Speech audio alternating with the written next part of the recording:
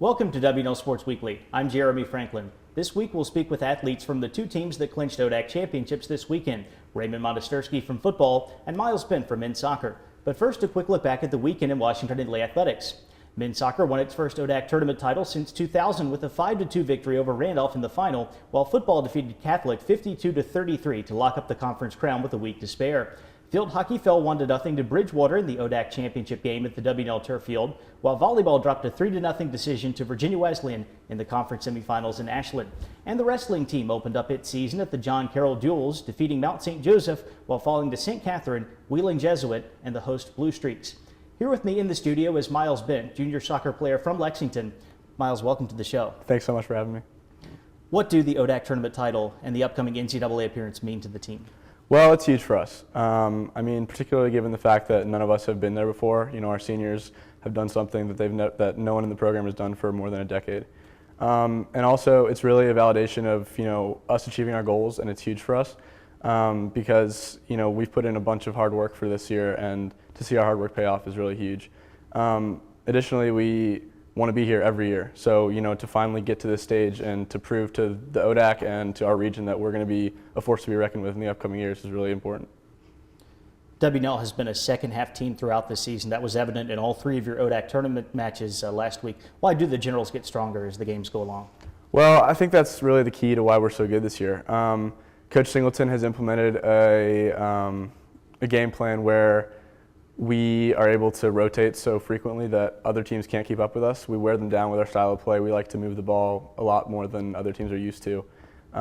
So they're running around the field, and we're running too, but we have the depth that a lot of other teams don't have. So we're able to, sub every 15 or 20 minutes, and no one really gets that tired. We have a couple kids that play for 70, 80 minutes, but most of the team's playing a half hour at most, whereas other teams, their best players are on the field for probably 90 minutes. So towards the second half, other teams are worn down. We can knock the ball around. They're too lazy to get back. They're too tired. And we find success in that way. Prior to coming to WNL, you were part of a big turnaround with the Rockbridge County High School program under Dan Evans. How much has the local soccer scene grown during your lifetime here? Well, it's been really incredible. When I was a middle schooler, high schooler, I was one of only a few people that would travel down to Roanoke to play club soccer. Now I'll drive around town and I see countless bumper stickers for Lexington Football Club. There's been a huge rival of the club scene in Lexington. There's finally a club team here that kids can play. They don't have to travel an hour to play anymore. And when I was in high school, there was our biggest goal was to make it to a regional tournament and to do decently in the region. But it's gotten to the point where we're good enough so that when I can't remember if it was my freshman year or sophomore year, the high school team actually won the conference, won the region, and that's just been huge. It's changed dramatically since the time that I've been here. What are the Generals' expectations for the NCAA tournament? Well, I think that we saw this weekend in the ODAC Championship that being at home is a huge boon to us.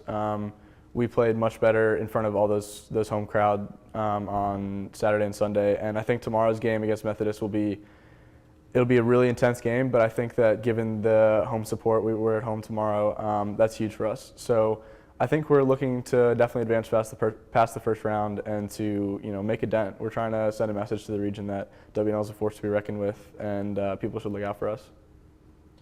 Miles, thanks for joining us here. Best of luck against Methodist. Thank you so much, Jeremy. With me now is Raymond Monasterski, senior football player from Roswell, Georgia. Raymond, welcome to the show. Thanks for having me on, Jeremy. Washington Indley clinched the ODAC title with the victory over Catholic, even with Charlie Nelson, your quarterback, your leading rusher, Marshall Hollerith, sidelined by injuries. What did that performance tell you about the team?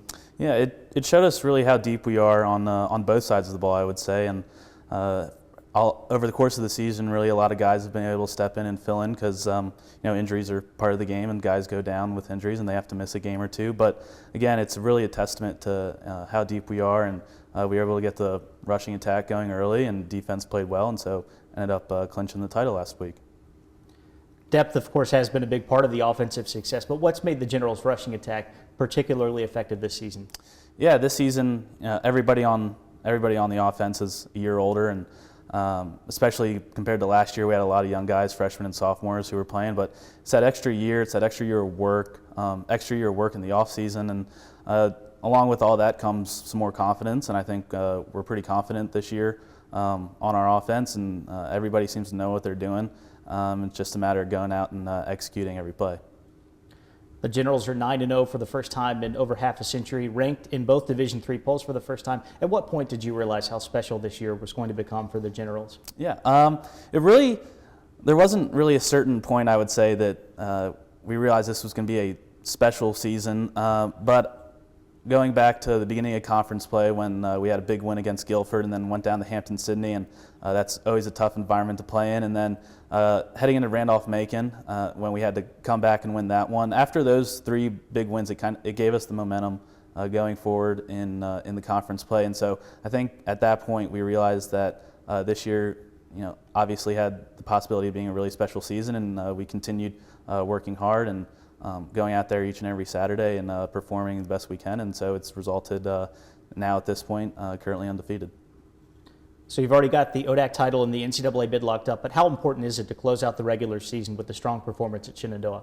It's really important. Going 10-0, it would hopefully give us a home playoff game come next week, and so I think that that's what we're looking for and what we've been working for now at this point in the season. And so a lot of records on the line this week, and so getting the most wins in school history with 10 and going undefeated and having an undefeated season, it means a lot to us. And I think that we're going to go out this weekend and work hard and play hard and hopefully come out with a victory.